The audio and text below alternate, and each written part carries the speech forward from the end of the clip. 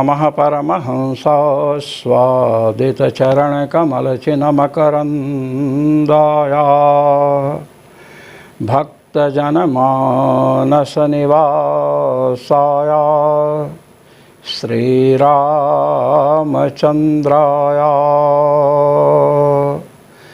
यत्र यत्र रघुनाथकीर्तनं तत्र तत्र कृतमस्तकाञ्जलिं बाष्पवारि परिपूर्णलोचनं मारुतिं नमत राक्षसान्तकम् सीतानाथसमारम्भां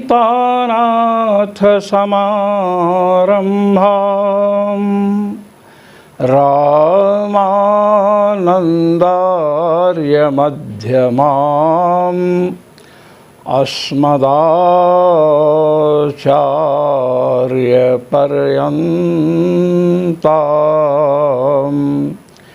वन्दे गुरुपरम्परां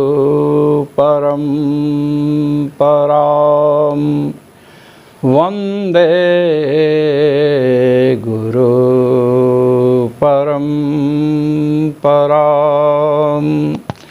सर्वेश्वर श्रीरघुनाथो विजयते तराम। अभावाधिकरण चल रहा था। तन्मभावे संध्यवदुपपत्तेः चतुर्थ अध्याय के चतुर्थ पाद का 13वां सूत्र है। इस सूत्र का अवतरण क्यों हुआ, इसकी पीठिका में जगतगुरु भगवत्पाद श्री स्वामी रामानंदाचार्य जी महाराज अपने आनंद भाष्य को प्रस्तुत करते हैं। उनका कहना है कि आपने बतलाया कि जीवात्मा सा एकधा भवति त्रिधा पंचधा सप्तधा इत्यादि श्रुति वचनों को प्रस्तुत करके बताया कि वह 1 प्रकार का, 2 प्रकार का, 3 प्रकार का, 5 प्रकार का और 7 प्रकार का हो जाता है। तो 1 प्रकार एक शरीर धारण करता है, दूसरा शरीर, तीसरा, 5वां, 7वां, और इस पर जब अशरीरम वावसंतम ना प्रिया प्रिय स्पृष्टः, जो शरीर से रहित है उसी को प्रिय और अप्रिय स्पर्श नहीं कर सकते हैं। शरीरम वावसंतम न प्रिया प्रियोरपहति अस्ति, शरीर रहने पर प्रिय और अप्रिय का अभाव नहीं बताया जा सकता। ये बात आपने कही तो उसका उत्तर यह दे दिया गया कि जो कर्म निमित्तक शरीर हैं उन्हीं शरीरों के संस्पर्श से जीव को प्रिय और अप्रिय की प्राप्ति होती है। जो अपने संकल्प से निर्मित शरीर है, जिसमें कर्म कारण नहीं है, उस शरीर में प्रिय और अप्रिय का प्रभाव नहीं पड़ता है। अब प्रश्न यह है कि जब जीव शरीरी है, शरीर वाला है, अपने संकल्प से शरीर धारण किया है मुक्तावस्था में, तो वे शरीर इंद्रियादि उसी के द्वारा रचे गए हों ऐसा नियम नहीं है। जीव के संकल्प से ही जीव के शरीर का निर्माण हो, मुक्त अवस्था में ऐसी बात नहीं है। इसी को बतला रहे हैं। तन्मभावे संध्यवदुपपत्तेः, चतुर्थ अध्याय के चतुर्थ पाद का 13वां सूत्र है। स्वसंकल्प सृष्ट तन्वाद्युपकरणाभावे संध्यवदुपपत्तेः स्वप्न भोगवदीश्वर शिष्टैरुपकरणैर्भोगोपपत्तेः। जीवात्मा मुक्त अवस्था में जो मुक्तात्मा हैं उन्हीं के द्वारा रचित, उनके संकल्प से प्राप्त जो शरीर है, इंद्रियां हैं, उनका यदि अभाव है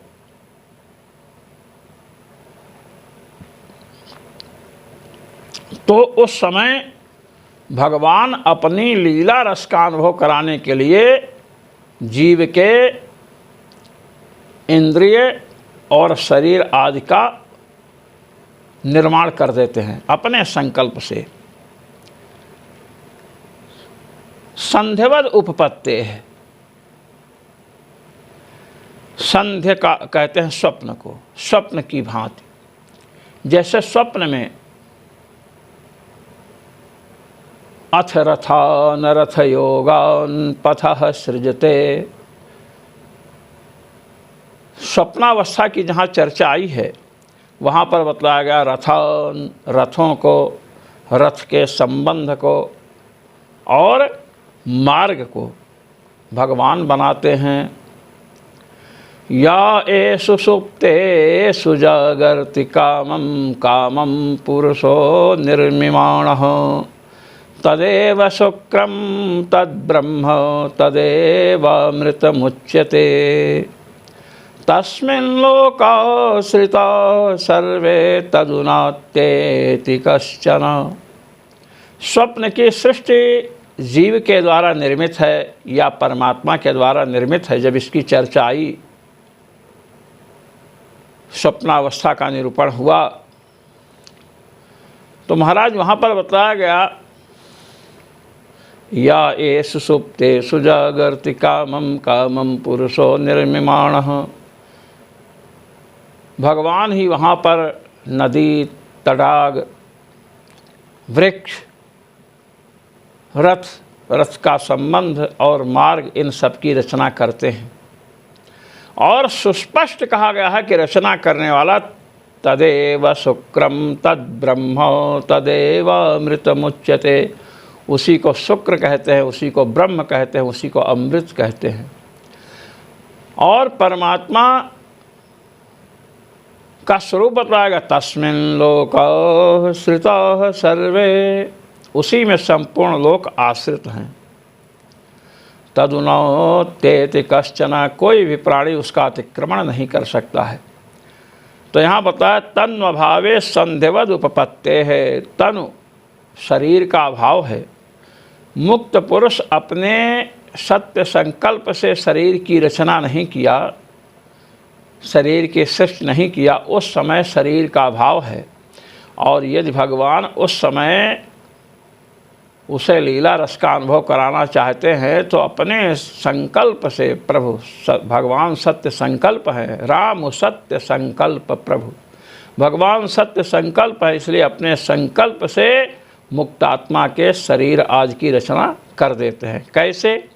जैसे स्वप्न में न शरीर है, न रथ है, न रथ का संबंध है, न तालाब है, न नदी है, न वृक्ष है, किंतु उन सब की रचना परमात्मा परब्रह्म श्रीहरि करते हैं। उसी प्रकार मुक्तावस्था में भी भगवान अपने संकल्प से जीव के शरीर आदि की रचना कर देते हैं लीला रस का अनुभव कराने के लिए। अयम भाव भगवत्पाद जगतगुरु श्री स्वामी रामानंदाचार्य जी महाराज कह रहे हैं कि इसका रहस्य मैं बतला रहा हूँ। करण कलेवराज्य भावेपि मुक्तः परमात्म प्रदत्तैस्तैरेव पितृलोकाद्भिश्च लीलारसमनुभवति। करण कलेवर के अभाव में भी, करण कहते हैं इंद्रियों को, कलेवर कहते हैं शरीर को, इंद्रिय और शरीर के अभाव होने पर भी मुक्त पुरुष भगवान के द्वारा प्रदत्त शरीर आदि के द्वारा, भगवान ही पितृलोकाज की रचना कर देते हैं, उसके पितर इत्यादि लीला में शामिल हो गए। इस प्रकार लीला रस का अनुभव वह करता है। इसलिए मुक्तावस्था में मुक्त जो पुरुष हैं वे अपने ही संकल्प से अपने शरीर की रचना करते हों, ऐसा नियम नहीं है। अपितु उनका संकल्प जब नहीं रहता है तो भगवान स्वयं अपने संकल्प से अपने लीला रस का अनुभव कराने के लिए मुक्त पुरुष के शरीर की सृष्टि कर देते हैं। जैसे स्वप्नावस्था में रस नहीं, रस का मार्ग नहीं, पुष्करणियाँ नहीं, वृक्ष नहीं, व्याघ्र नहीं, भवन नहीं, किंतु सबकी रचना परमात्मा करते हैं। ऐसे ही अपने संकल्प से भगवान मुक्त अवस्था में भी मुक्त पुरुष के शरीर की रचना कर देते हैं। इसलिए अपने ही संकल्प से मुक्त पुरुष शरीर की रचना करता है, ऐसा नियम नहीं है। भावे जागृतवत् चतुर्थ अध्याय के चतुर्थ पाद का 14वां सूत्र है। स्वसंकल्पेन प्राप्त करण कलेवरादि भावे पितृलोकादि विषय सद्भावे च जाग्रज्जीव भोगवन्मुक्त पुरुषः स्वप्न भोग विलक्षणं लीला रसमनुभवति। भगवत्पाद श्री रामानंदाचार्य जी महाराज कह रहे हैं, भावे मुक्त पुरुष के अपने संकल्प से रचे गए शरीर, इंद्रियां, पितृलोकादि जब रहते हैं उस समय जागृत जीव भोगवत मुक्त पुरुषः लीला रसम अनुभवति। जैसे जागृत अवस्था में जीव विषयों का अनुभव करता है, शब्द रूप रस गंध स्पर्श इत्यादि विषयों का अनुभव करता है, इसी प्रकार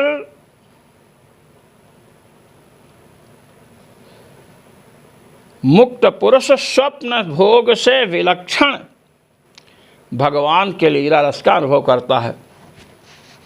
स्वप्न का भोग आनंददायक नहीं है, आनंद मिला भी तो सातिशय आनंद है, किंतु भगवत लीला रस तो निरतिशय आनंद है। परम पुरुष परमात्मा स्वयं लीला के लिए श्री कृष्ण आदि रूप में अवतरित होते हैं और अपने सत्य संकल्प से ही अपने पिता माता सबकी रचना करते हैं और उनके साथ नर नाट्य करते हुए लीला रस का स्वयं अनुभव करते हैं। ऐसे ही मुक्त जो पुरुष हैं वे भी भगवान की लीला में सम्मिलित होते हैं। इसलिए परमात्मा अपनी लीला के लिए मुक्तों के पितृलोकादि की रचना स्वयं करते हैं। जैसे भौतिक जगत में अपनी लीला के लिए पिता इत्यादि की रचना कर लिए हैं परमात्मा, इसी प्रकार मुक्त अवस्था में मुक्त पुरुष के पितृलोक आदि की रचना करते हैं, स्वयं भी करते हैं। और जब उसका संकल्प होता है तब रचना करने की कोई बात ही नहीं है। इससे क्या बात निकली? इससे यह बात निकली कि जब मुक्त पुरुष भगवान की लीला में सम्मिलित होना चाहता है तो अपने संकल्प से करण कलेवर शरीर इंद्रिय की रचना करता है, अपने पितृलोक आदि की रचना करता है, पितरों की रचना करता है और उनके साथ भगवान की लीला में सम्मिलित हो जाता है। और जब भगवान की इच्छा होती है, स्वयं प्रभु की इच्छा हो गई, तो अपने संकल्प से मुक्त जीव के करण कलेवर आदि की रचना करके उसके पितृलोक आदि की रचना करके अपनी लीला रस का उसे अनुभव कराते हैं। ये अब अग्रिम सूत्र है, प्रदीप वदावेशस्तथा हे दर्शयति। चतुर्थ अध्याय के चतुर्थ पाद का 15वां सूत्र है। इस सूत्र के पहले इसकी पीठिका को प्रस्तुत करते हैं भगवान भाष्यकार, भगवान आनंद भाष्यकार कहते हैं, नन्मात्मनो अणुत्वात् स एकधा भवति त्रिधा भवति इत्यादिना उक्तेषु अनेक शरीरेषु व्याप्तनुपपत्तेर् नानेकैर्निरात्मकैः शरीरैर्मुक्तस्य भोग उपपद्यत इत्यत्राह। कहते हैं पहले जो वचन प्रस्तुत हुआ सा एकधा भवति त्रिधा भवति इत्यादि, पंचधा सप्तधा इत्यादि आया है। वह जीव एक रूप में हो जाता है, 2 रूप में, 3 रूप में, 5 रूप में, 7 रूप में, अनेक रूप में, अनंत रूप में हो जाता है। कहते हैं ये बात जमती नहीं है, मस्तिष्क में आरूढ़ नहीं होती, बुद्धि में समझरूढ़ नहीं होती है। क्यों कहते सुनो। आत्मा को आप वैष्णव संप्रदाय के महापुरुष वैष्णव वेदांती अणु मानते हैं, प्रमाण भी देते हैं एषो अणुरात्मा चेतसा वेदितव्यः, ये आत्मा अणु है। अब आत्मा यदि अणु है तो जब अनेक शरीर धारण करेगा, सा एकधा भवति त्रिधा भवति पंचधा भवति सप्तधा भवति इत्यादि जो वाक्य आपने बतलाए, जब अनेक शरीर धारण करेगा तो जीवात्मा तो अणु है।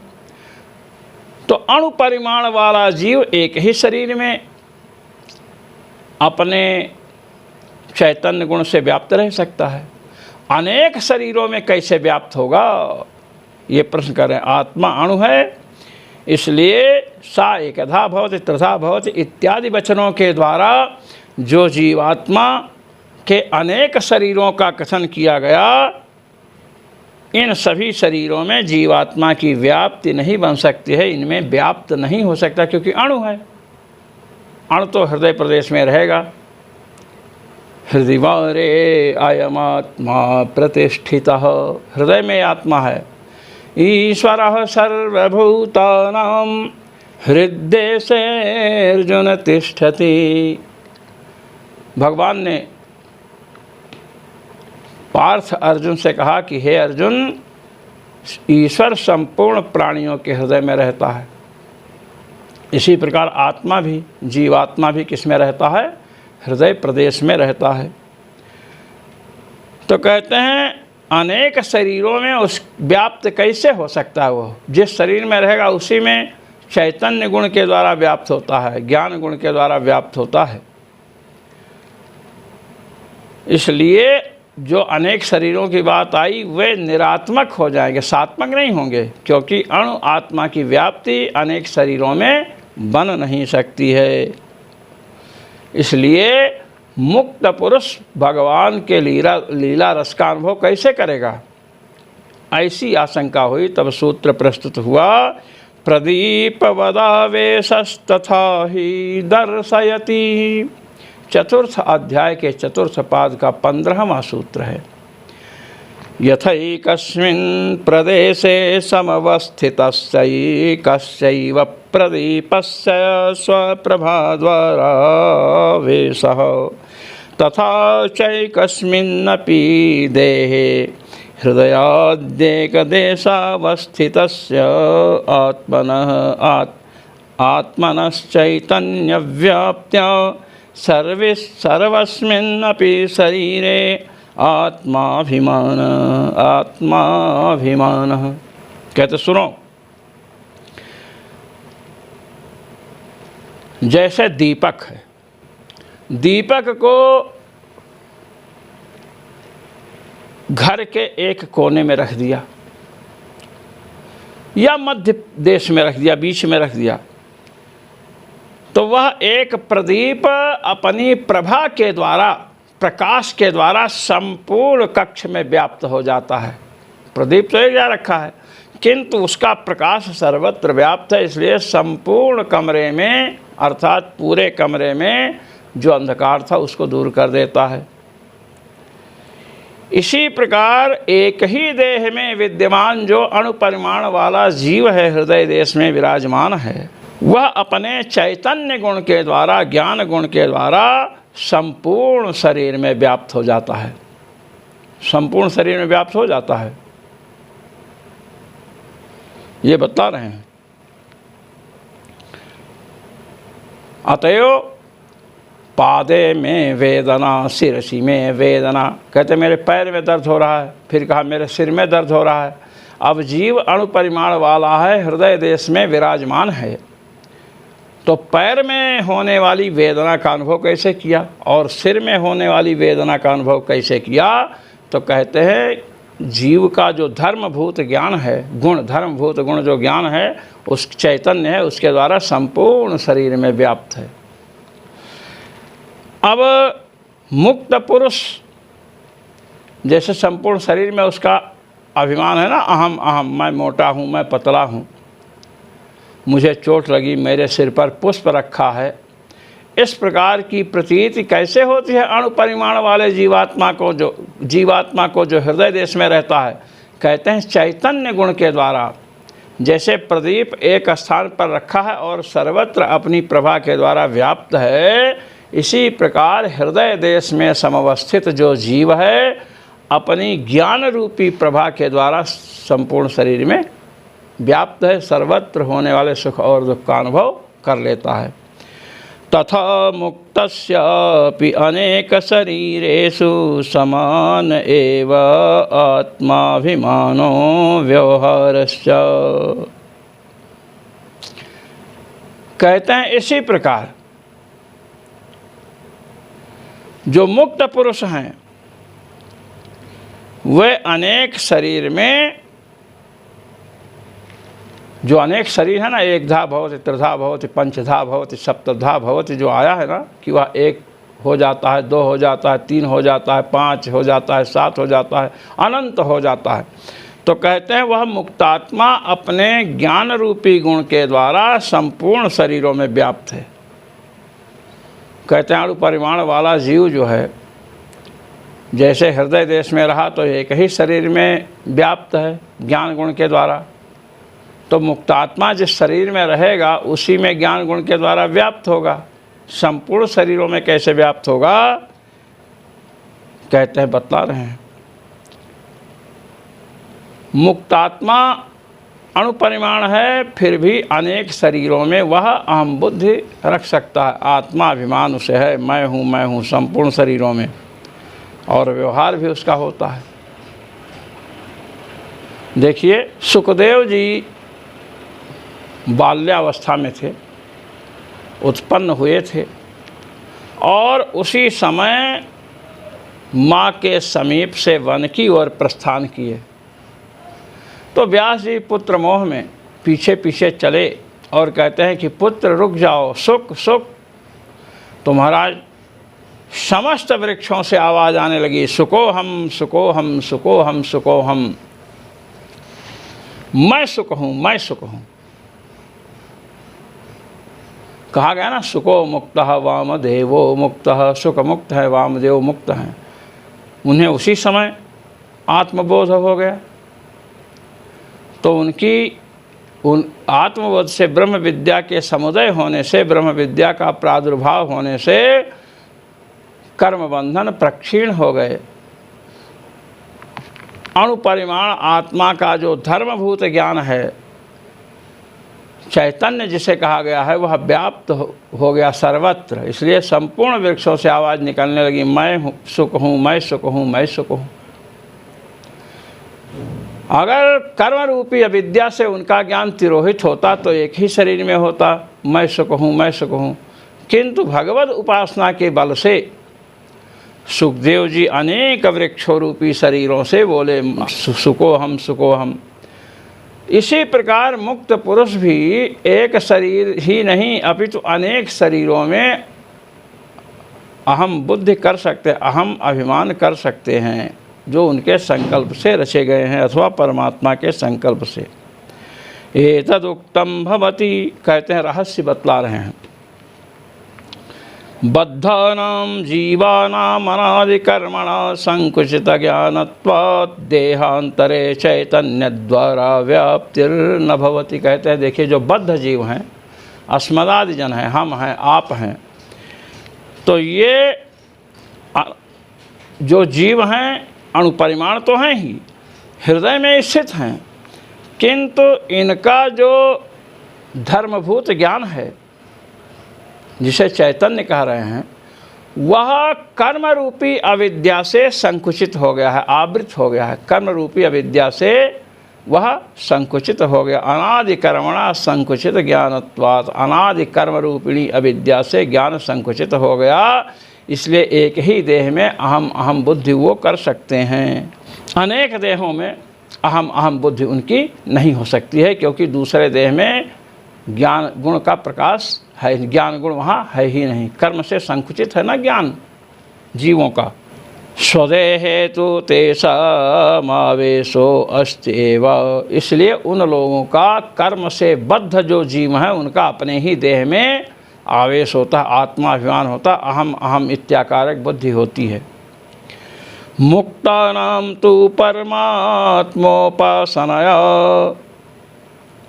कहते हैं मुक्त पुरुष जो हैं भगवान की उपासना की हैं, भगवान का सतत स्मरण किए हैं, इसलिए उस उपासना रूपी ब्रह्म विद्या से अपगत कर्म बंधानां परमात्मानुग्रहेण असंकुचित ज्ञानत्वात् स्वदेहवद्देहान्तरेपि व्याप्तिरुपपद्यते। जो मुक्त पुरुष हैं, परमात्मा का चिंतन रूपी जो ब्रह्म विद्या है, उस ब्रह्म विद्या के द्वारा अपगत कर्म बंधानाम, उनका कर्म बंध, कर्म रूपी जो बंधन है वह विगलित हो गया, ध्वस्त हो गया। इसलिए परमात्मा के अनुग्रह से उनका ज्ञान अब संकुचित नहीं, असंकुचित हो गया। कर्म रूपी अविद्या से बद्धावस्था में जीवों का ज्ञान संकुचित रहता है, किंतु मुक्तावस्था में परमात्मा के अनुग्रह से उनका ज्ञान असंकुचित हो जाता है, संकुचित नहीं रहता है। इसलिए जैसे एक देह धारण किए उसमें अहम बुद्धि है, वैसे ही दूसरा देह धारण किए, तीसरा, चौथा, पांचवा, दसवां, जितने देह धारण किए सब में अहम बुद्धि उनकी होती है। कोई परेशानी नहीं, क्योंकि ज्ञान रूप गुण जो है व्यापक है, सभी देहों में ज्ञान रूपी प्रकाश फैला हुआ है। तेन च सर्वोपि व्यवहारः सम्यक् उपपद्यते, और चूँकि धर्मभूत ज्ञान व्यापक है, इसीलिए महाराज सर्वोपि व्यवहारः, संपूर्ण व्यवहार, एक शरीर से जो व्यवहार करते थे वे सभी शरीरों से व्यवहार कर सकते हैं, उनका व्यवहार उपपन्न हो जाएगा। तथा ही दर्शयति, कहते इस बात को श्रुति भगवती भी दिखला रही हैं। देखिए जीव का स्वरूप क्या है। बालाग्र शतभागस्य शतधा कल्पितस्य च भागो जीवः स विज्ञेयः स च अनन्त्याय कल्पते। कहते हैं बालाग्र शतभाग, बाल लीजिए और उसका जो आगे वाला हिस्सा है अत्यंत सूक्ष्म, उसके 100 भाग कीजिए। कर सकते हैं? नहीं कर सकते हैं। कल्पना कीजिए आपने कर लिया। शतधा कल्पितस्य च, फिर जो 100वां भाग है उसमें 100 भाग और कल्पना कीजिए। भागो जीवः स विज्ञेयः, जितना सूक्ष्म वो है उतना ही सूक्ष्म जीव है। सचा अनंत्याय कल्पते, वह अनंत रूप धारण कर सकता है। ये बताया श्वेताश्वतर उपनिषद के 5वें अध्याय का 7वां मंत्र है। तथा च स्वसंकल्पेनैव मुक्तस्य सर्वमुपपद्यते इति न कश्चित् दोषः। कहते सुनो, अपने संकल्प से ही मुक्त पुरुष अनेक शरीर धारण कर सकता है और अनेक शरीर में उसका अहम अहम इत्याकारक अभिमान भी उत्पन्न हो जाएगा। कोई दोष नहीं है। दोष तो आप यही दिखला रहे थे कि जीव अल्प परिमाण अणुपरिमाण वाला है, हृदय देश में रहता है, एक शरीर में व्याप्त है तो दूसरे शरीर में तो व्याप्त नहीं है। तो इसका उत्तर दिया कि जीव बद्धावस्था में संकुचित ज्ञान रूपी धर्म वाला होता है, इसलिए जिस देह में है उसी में उसका अभिमान होता है, उसी देह में व्याप्त रहता है ज्ञान रूपी गुण के द्वारा, अन्य शरीरों में व्याप्त नहीं रहता है। मुक्तावस्था में परमात्मा के अनुग्रह से जो कर्म बंधन द्वारा अनावृत हो चुका है धर्मभूत ज्ञान, उस धर्मभूत ज्ञान से सर्वत्र संपूर्ण देहों में व्याप्त रहता है। अब तो संकुचित नहीं है ना, इस देह में भी है उस देह में भी है, इसलिए संपूर्ण देहों में अहम अभिमान होता है, उसे अहम अहम अहम प्रतीति होती है। अब एक बात यहाँ समझ लेनी चाहिए कि जिससे बद्धावस्था में देह में अहम बुद्धि हुई तो आवृत है स्वरूप, मुक्तावस्था में अहम बुद्धि होती है लेकिन वहाँ जीवात्मा का सहज स्वरूप अनावृत है, क्योंकि कर्म बंधन वहाँ है नहीं, इसलिए आनंद आदि की अनुभूति अनवरत होती रहती है स्वरूपानंद की। ननु, अब शंका कर रहे हैं, ननु प्राज्ञेनात्मना संपरिष्वक्तो न बाह्यम किंचन वेदनान्तरम। बृहदारण्यकोपनिषद है, चतुर्थ अध्याय के तृतीय ब्राह्मण का 21वां मंत्र है। कहते हैं प्राज्ञेन आत्मना संपरिष्वक्तो, प्राज्ञ जो परमात्मा है उसके द्वारा जब संपरिष्वक्त हुआ, आलिंगित हुआ जीव, तो न बाह्यम किंचन वेदनान्तरम, तो बाह्य कुछ भी नहीं समझता, बाह्य वस्तु का कोई भी किसी भी बाह्य वस्तु का ज्ञान नहीं होता है, न अंदर की किसी वस्तु का ज्ञान होता है। इत्येषा श्रुतिर्मुक्तस्य बाह्यांतर्ज्ञानाभावं वदत्यतः कथं तस्य सर्वज्ञत्वम् उच्यते इत्यत्राह। इस श्रुति को मुक्त अवस्था की श्रुति मान करके कि मुक्त अवस्था का वर्णन करते हैं ऐसा समझ करके शंका किया कि भाई मुक्त पुरुष तो परमात्मा से जब संपरिष्वक्त होता है, आलिंगित होता है, तो न तो बाहर की कोई वस्तु समझता है न अंदर की, ये बतलाया, ना अंदर का कुछ समझता है ना बाहर का कुछ समझता है। तो इसके द्वारा उसके ज्ञान का निषेध किया गया है। अब आप कह रहे हो कि अपने धर्म भूत ज्ञान के द्वारा संपूर्ण देहों में व्याप्त है, जब ज्ञान का ही निषेध कर दिया तो व्याप्त कैसे होगा, ये बता रहे हैं। इत्येषा श्रुतिर्मुक्तस्य बाह्यांतर्ज्ञानाभावं बतत, कहते ये श्रुति जो मैंने प्रस्तुत की है बृहदारण्य की, ये मुक्त पुरुष को बाह्य और आभ्यंतर किसी भी वस्तु का ज्ञान नहीं होता, ये बतलाती है, बाह्यंतर वस्तु विषयक ज्ञानाभाव को बतलाती है। अतः कथम तस्य सर्वज्ञत्वम् उच्यते इत्यत्राह, इसलिए उसे सर्वज्ञ कैसे कह सकते हो, सर्वज्ञ तो होगा जिसको संपूर्ण विषयों का ज्ञान हो, संपूर्ण वस्तु विषयक ज्ञान जिससे है वह सर्वज्ञ है। अब बताया गया कि प्राज्ञेन आत्मना संपरिष्वक्तः, प्राज्ञ जो आत्मा है उससे आलिंगित हुआ, तो महाराज न बाहर की वस्तु समझता है ना अंदर की वस्तु समझता है, न बाहर की समझता है ना आभ्यंतर की वस्तु समझता है। तो सर्वज्ञ होगा तो चाहे बाहर की चाहे अंदर की, बाहर और अंदर दोनों की वस्तु, बाह्य वस्तु और आभ्यंतर वस्तु दोनों वस्तुओं का जब ज्ञान होगा तभी सर्वज्ञ होगा। जब वो बाह्य वस्तु और आभ्यंतर वस्तु का ज्ञान ही नहीं उसे होता है मुक्तात्मा को, तो वह सर्वज्ञ कैसे, उसमें सर्वज्ञत्व की उपपत्ति आप कैसे करेंगे, ये पूर्व पक्षी ने प्रश्न किया। इत्यत्राह, तब सिद्धांती उत्तर देते हैं भगवान कृष्णद्वैपायन व्यास, कहते सुनो, स्वाप्यय संपत्त्योरन्यतरापेक्षमाविष्कृतं हि, स्वाप्यय संपत्त्योरन्यतरापेक्षमाविष्कृतं हि, चतुर्थ अध्याय के चतुर्थ पाद का 16वां सूत्र है। एतज्ज्ञानाभाववचनं स्वाप्यय संपत्त्योरन्यतरापेक्षं न तो मुक्ति विषयकम, कहते हैं ये जो आपने प्रमाण प्रस्तुत किया प्राज्ञेन आत्मना संपरिष्वक्तः न बाह्यम किंचन वेदनान्तरम, जो आपने कहा कि प्राज्ञ आत्मा से मिल करके जीवात्मा न बाहर की कोई वस्तु समझता है ना आभ्यंतर की कोई वस्तु समझता है, कहते हैं जो आपने श्रुति प्रस्तुत की है मुक्त विषयनी श्रुति नहीं है, मुक्त को विषय नहीं कर रही है ये श्रुति, मुक्त को विषय करके कथन नहीं कर रही है, मुक्त को उद्देश्य करके भगवती श्रुति ये नहीं कह रही है। कहे फिर कहते हैं एतज्ज्ञान भाव वचनम, ये जो ज्ञान का भाव परक जो वचन है, ज्ञानाभाव परक जो वचन है, स्वाप्य संपत्त्योः अन्यतरापेक्षम, स्वाप्य अथवा संपत्ति, स्वाप्य कहते हैं सुषुप्ति को, स्वाप्ययः सुषुप्ति ही, स्वाप्य कहते हैं सुषुप्ति को, और संपत्ति कहते हैं मरण को। संपत्ति किसे कहते हैं, मरण को। तो कहते हैं स्वाप्य, और स्वाप्य माने सुषुप्ति, और संपत्ति माने मरण।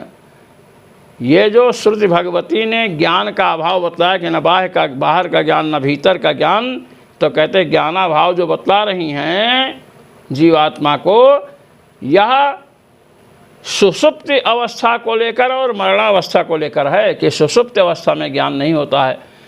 प्रगाढ़ निद्रा के बाद जब प्राणी जगता है तो कहता सुखमहमस्वाप्सम न किंचिदवेदिशम, मैं सुख से सोया था, मैं कुछ भी नहीं समझा।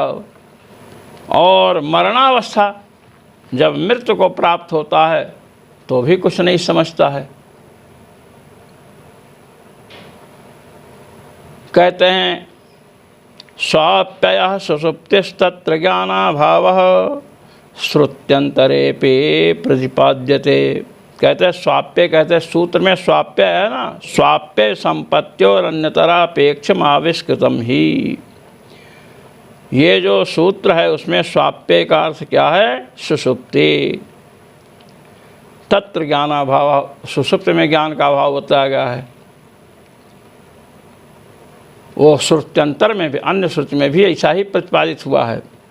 न हम खल्वयमेवं संप्रत्यात्मानं जानामि अयम् अस्मीति नो एव इमानि भूतानि विनाशमेवापीतो भवति। आत्मानं जानामि अयम् अस्मि, मैं हूँ इस प्रकार का मैं नहीं जानता हूँ। और जब शरीर नष्ट होता है तो भी मैं हूँ ये बोध नहीं होता है। ये छांदोग्योपनिषद के 8वें अध्याय के 11वें खंड का दूसरा वाक्य है। तथा वांग मनसि संपद्यते इत्यादि दर्शनात् संपत्तिर्मरणं तत्रापि ज्ञानाभावः श्रुतौ प्रतिपादितः। एतेभ्यो भूतेभ्यः समुत्थाय तान्येवान् विनश्यति। बृहदारण्यक 2 अध्याय के 4 ब्राह्मण का 12वां वाक्य। कहते हैं पीछे आ गया है, वाग अधिकरण में चर्चाई थी। वांग मनसि संपद्यते, वाणी मन में लीन हो जाती है, मन प्राण में लीन हो जाता है। इस प्रकार पहले चर्चाई थी तो बतला रहे हैं कि वांग मन संपद्यते, वाणी मन में लीन हो गई, मन प्राण में लीन होगा, और प्राण जीवात्मा का अनुगमन करते हुए पर देवता में लीन हो जाएगा। तो ये बात पहले आई है, तो मृत्यु के समय की ही तो बात है। तो कहते हैं वहाँ पर भी ज्ञानाभाव बतलाया गया, ज्ञान का कोई साधन ही नहीं है, ऐसा सूत्र में प्रतिपादित किया गया है। इसलिए कहा गया एतेभ्यो भूतेभ्यः समुत्थाय तान्येवानुविनश्यति। इस पांच भौतिक शरीर से निकल करके विनष्ट हो जाता है, अर्थात ज्ञान का अत्यंताभाव हो जाता है। मुक्तस्य ही सर्वज्ञम श्रुतावाविष्कृतम। कहते हैं मुक्तों का सार्वज्ञ, मुक्तों की सर्वज्ञता तो भगवती श्रुति ही, भगवती उपनिषद ही बतला रही हैं। कहते कैसे? कह लीजिए, स वा एष दिव्येन चक्षुषा मनसहितान् कामान् पश्यन् रमते या एते ब्रह्मलोके। कहते सवा एष दिव्येन चक्षुषा, वह मन रूपी दिव्य चक्षु के द्वारा संपूर्ण भोगों को देखता है और वहाँ आनंदित होता है, जो भोग परमात्मा के लोक में हैं। भगवत धाम में जो भोग पदार्थ हैं, दिव्य वस्तुएं हैं, उनको दिव्य नेत्रों से, मन से देखता हुआ रमण करता है। छांदोग्योपनिषद के 8वें अध्याय के 12वें खंड का 5वां और 6वां वाक्य है। इति मुक्तावस्थायां सर्वविषयकं ज्ञानम अस्पष्टमेव विष्कृतम। लीजिए, तो इससे तो संपूर्ण वस्तुओं को देखता है, रमण करता है, आनंदित होता है, तो इससे तो सर्व वस्तु विषय ज्ञान कहा जा रहा है। इसलिए मुक्त अवस्था में, मुक्ति रूपिणी अवस्था को प्राप्त जीव अपने असंकुचित ज्ञान से, व्यापक ज्ञान से संपूर्ण देहों में आत्माभिमान से होता है और संपूर्ण वस्तुओं को जानता है। इसलिए वो सर्वज्ञ तो है ही। इति मुक्तावस्थायां सर्वविषयकं ज्ञानम स्पष्टमेव विस्कृतम। मुक्त अवस्था में सर्व वस्तु विषय ज्ञान स्पष्टतः कहा गया है। किसमें? छांदोग्योपनिषद में। तस्मात् संकल्पेनैव मुक्तस्य शरीरेन्द्रियादीनां सत्वमसत्वं सर्वज्ञानाश्रयत्वं चेति सिद्धम। इसलिए मुक्तात्मा संकल्प मात्र से शरीर धारण करता है, संकल्प मात्र से उसके पितर लोग उपस्थित होते हैं, और संकल्प मात्र से शरीर इंद्रियादि की रचना करता है। शरीर उसका संकल्प होगा तो शरीर रहेगा, संकल्प नहीं होगा तो नहीं रहेगा। और वह मुक्तात्मा संपूर्ण ज्ञानों का आश्रय है, अर्थात सर्वज्ञ है। यह बात सिद्ध हुई। इत्यभावाधिकरणम। इस प्रकार आज सर्वेश्वर श्री रघुनाथ जी महाराज की कृपा से अभावाधिकरण पूर्ण हुआ। जो मनीषी महानुभाव भगवत्पाद जगतगुरु श्री स्वामी रामानंदाचार्य जी महाराज द्वारा विरचित आनंद भाष्य का पठन पाठन श्रवण मनन एवं निधिध्यासन करते हैं, उन सभी मनीषी महानुभावों को सर्वेश्वर श्री रघुनाथ जी की ओर से अनंत अनंत आशीष और मेरी ओर से सादर सप्रेम। जय श्री राम।